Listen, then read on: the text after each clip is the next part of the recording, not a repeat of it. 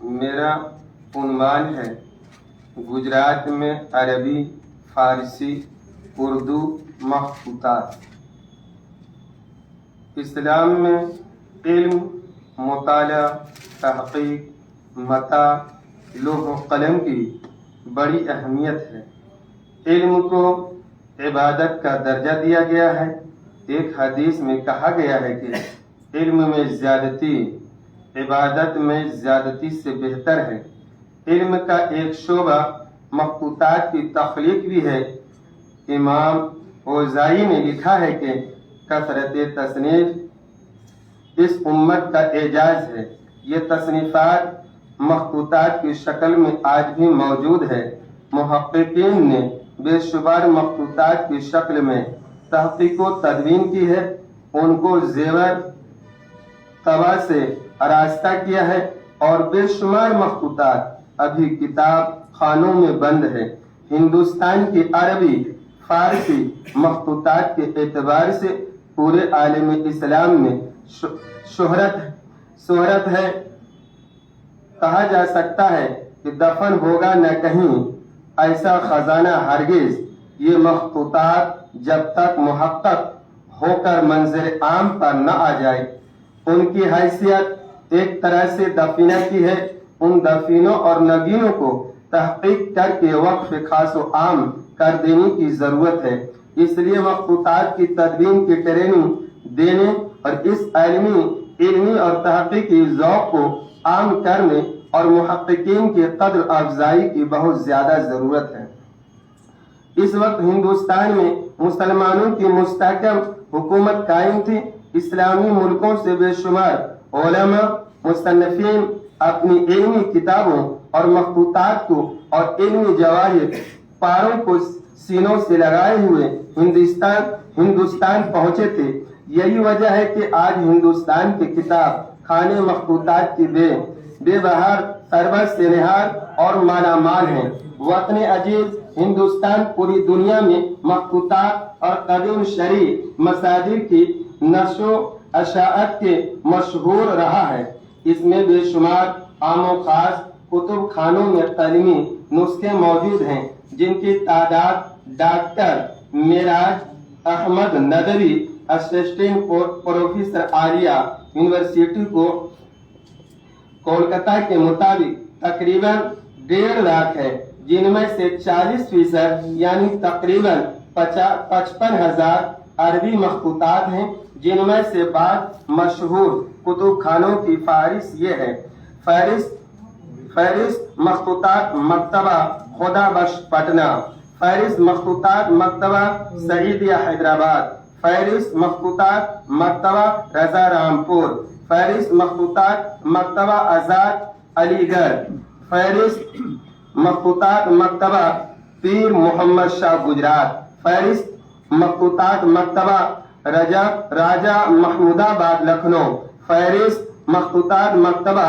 سید ذل الرحمن علی گڑھ، فہرست مخطوطات مکتبہ عالیہ چشتیہ گجرات، فہرست مخطوطات متحی و مکتبہ سالار جنگ حیدرآباد، فہرست مخطوطات مکتبہ دار المعارف العثمانیہ حیدرآباد، فہرست مخطوطات مکتبہ آصفیہ حیدرآباد، فہرست مخطوطات مکتبہ جامعہ عثمانیہ حیدرآباد، فہرست مخطوطات مکتبہ جامعہ ہمدرد، فہرست مخطوطات مکتبہ ذاکر حسین جامعہ ملیہ اسلامیہ، فہرست مخطوطات مکتبہ دارالعلوم ندوۃ العلماء وغیرہ۔ اس کے علاوہ کلکتہ اور دوسرے شہروں کے کتاب خانوں میں مخطوطات کے ذخائر ہیں۔ بہرحال تفصیل میں نہ جا کر آج ہم گجرات میں عربی، فارسی اور اردو مخطوطات کے متعلق ذکر کرنا ہے۔ پیر محمد شاہ درگاہ کتب خانہ میں مخطوطات کافی اہمیت کا حامل ہے، جن میں قرآنیات، حدیث، تفسیر، تصوف، تاریخ، ادبیات، علم و عروض اور دیگر صنف پر متعدد قدیم و قیمتی مخطوطات شامل ہے۔ ممتاز مصنف و مؤثر ادیب پروفیسر محی الدین بمبئی والا گزشتہ 30 سالوں سے اس کتب خانہ کے ڈائریکٹر کے عہدے پر فائز ہیں۔ انہوں نے بتایا کہ ہمارے کتب خانہ میں 4000 مخطوطات موجود ہیں، جن میں سے تقریباً